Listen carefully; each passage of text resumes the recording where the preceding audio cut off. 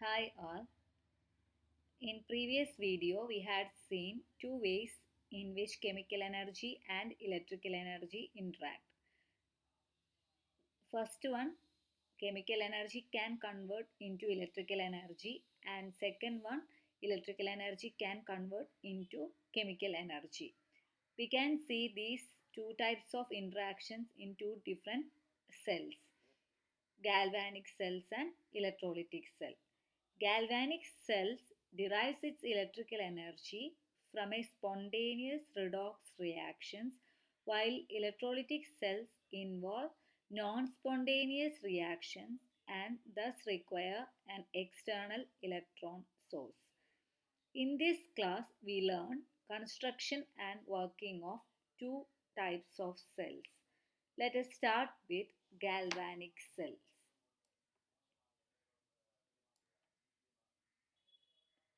Galvanic cell, also called voltaic cell.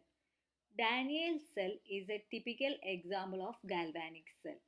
Remember, a voltaic cell uses a spontaneous redox reaction to create an electric current. Now we can look at how to use a redox reaction to construct a galvanic cell to produce a flow of current. So here you can see a schematic view of typical Daniell cell. Daniell cell consists of two electrodes.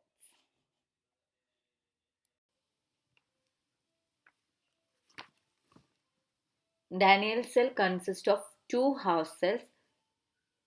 Zinc rod dipped in zinc sulfate solution act as one half cell, and in another half cell copper rod dipped in copper sulfate solution, and these two half cells are connected through a salt bridge or a porous partition, and they are connected externally through a wire. This is the instrumental setup for typical galvanic cell. We can construct any other galvanic cell like this setup, but we have to use a metal and its own metal ion salt solution for a house cell. Metal rod act as a electrode, and its own ions in salt solution will act as electrolyte. For example, if we need to construct an iron half cell, solid iron strip you have to use as an electrode, and its own ion solution containing Fe2 plus or Fe3 plus. For example, iron nitrate or iron chloride you can take as the electrolyte. In Daniell cell, specifically zinc in zinc sulfate solution and copper in copper sulfate solution we have to take. Both are internally connected through a salt bridge. Salt bridge is an inverted U-tube filled with inert electrolytes like KCl or ammonium sulfate. Inert electrolytes are filled in salt bridge. Now we can focus on reactions on the house cell. What is happening inside the cell? We know for a galvanic cell to function, we need a spontaneous redox reaction. A spontaneous redox reaction is used to produce an electric current. So, what is the spontaneous reaction taking place inside this galvanic cell? Let us see that. So, zinc metal has a greater tendency for oxidation than copper. That means zinc has a greater tendency to lose electrons than copper. Hence, oxidation occurs in the zinc electrode, and zinc leaves its electrons and comes to the solution as Zn2 plus ion. Zinc leaves its electrons to zinc electrode and comes to the solution as Zn2 plus. So oxidation takes place on the zinc electrode. We can write the oxidation reaction on zinc electrode right here. So zinc undergo oxidation. So we will get Zn2 plus plus 2 electron. This reaction is the oxidation half reaction. Oxidation half reaction.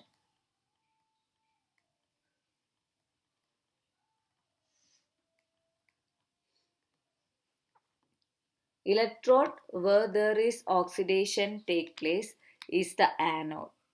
So here zinc electrode is the anode as it leaves its electrons to electrode that acquires a negative charge. So zinc is the anode where there is oxidation take place as electrons zinc loses its electrons to electrode that acquires a negative charge, thereby anode is negative in galvanic cell.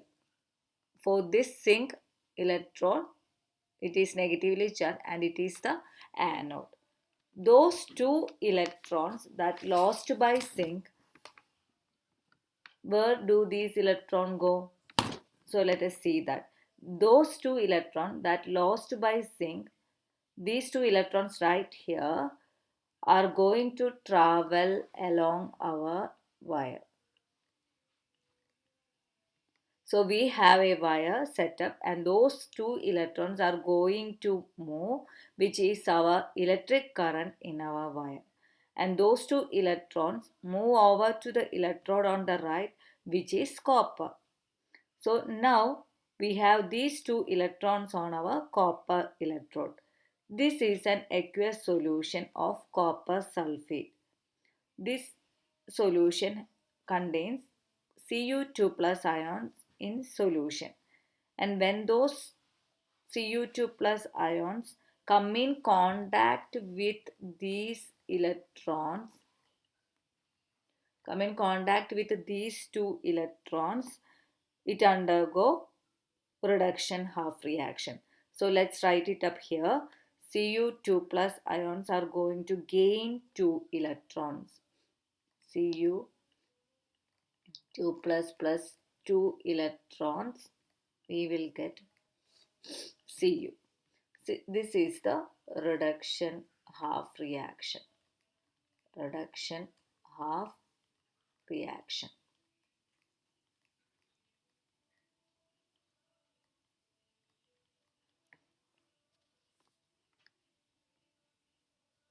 We know gain of electron is reduction. So here the copper undergo reduction and cathode is the electrode where there is reduction take place. So here cathode copper rod act as the cathode and it's positively charged in the galvanic cell. It acquires a positive charge because electrons are gained by this uh, copper ions in the solution make the electrode more positive.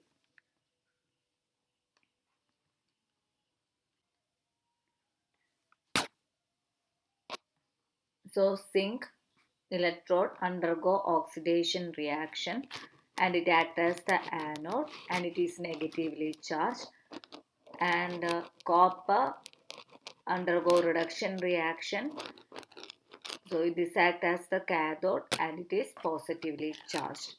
If we add together our two half reactions, we get our overall redox reaction. So here we can see we add these together and we know that the two electrons were lost by zinc are the same electrons that are gained by copper ions. We can cancel those out. So for our reactants, we will have zinc solid and copper 2 plus ions. And for products over here, we would have Zn2 plus ions and solid copper.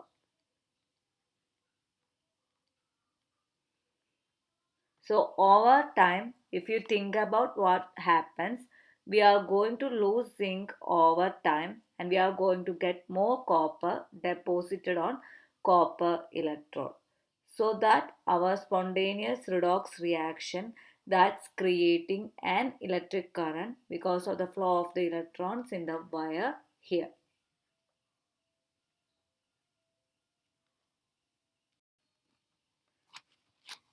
So over time, the size of zinc electrode reduces as it loses electron and it goes to solution as Zn2 plus. But at the same time, size of the copper electrode increases by reduction of copper ions and it get deposited on the copper electrode. Its size increases. So here again you can see oxidation half reaction, zinc undergo oxidation, Zn gives Zn2 plus plus 2 electron, reduction half reaction, copper ions gains 2 electron, you will get a metallic copper. Overall cell reaction is this one, Zn solid plus copper 2 plus ions gives Zn ions and a copper solid. So if we connect a light bulb in the wire, bulb will turn on. If you connect a light bulb here, this light bulb will turn on, indicating the flow of electricity as electrons flowing through this wire. Electrons are flowing through this wire. That indicates the flow of electricity. If we connect a light bulb, it will turn on. That indicates the flow of current.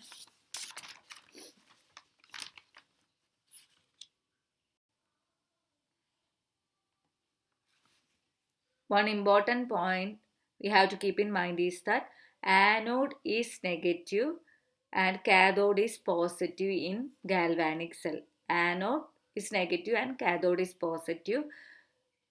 It is opposite in electrolytic cell that we will see later. Anode, where there is oxidation take place, that is negative in galvanic cell. Cathode, where there is reduction take place, that is positive in galvanic cell. Now next is the functions of Salt bridge. We know salt bridge is an inverted U-tube filled with inert electrolytes like potassium chloride, ammonium nitrate, sodium sulfate, like that. So there are main functions for salt bridge. First one, it provides the continuity of electrical circuit. Second one, it prevents the diffusion of interfering ions from one compartment to another. And salts like KCl and ammonium nitrate are used for making the salt bridge. The salt should be an inert one because it should not react with the electrolyte in the house cells. Here is a more in-depth look at what's happening inside the salt bridge. We know electrons are flowing from zinc solid metal strip to copper strip. Zinc solid to copper strip. Zinc ions in the solution are positive. Zinc ions in the solution are positive and hence the solution on the left side becomes more positive. As it becomes more and more positive, electrons can no longer travel to copper because they are attracted to this positive solution, strong positive charge of the solution. The electrons here are attracted by the strong positive charge of the solution. It wouldn't flow out of this road. What would happen then? No electron flow, then there won't be any current flow. Our battery stops working. So to avoid that, we can use the salt bridge.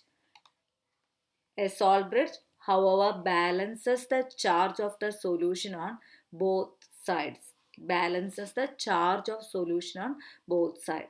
Once the zinc ion solution becomes too positive, the salt bridge allows negative sulfate ion to flow into the zinc side. Here you can see that negative sulfate ions flowing to the positive zinc side. Now the electron flow can continue. However, our right side is become negatively charged and starting to repel electron flow. This would be more negative and it will repel the electron flow. When it is more negatively charged, what will the salt bridge do? Salt bridge now allows for more positive ions. Here it is Na plus ions to flow to the right side. to balance out the negative charge and keep the battery working. So if there is no salt bridge, after a particular time, the battery will stop working. So now you know the importance of salt bridge.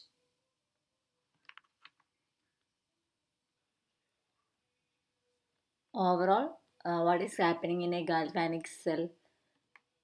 These we have these two electrodes, zinc and copper.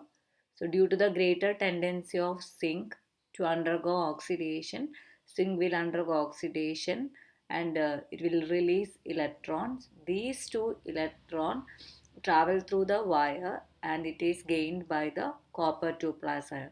As these two electrons travel through the wire, it will produce the electricity. So the spontaneous redox reaction between zinc and copper will create electricity. That is happening in the galvanic cell. Chemical energy of this spontaneous reaction is converting into electrical energy. That is happening in the galvanic cell.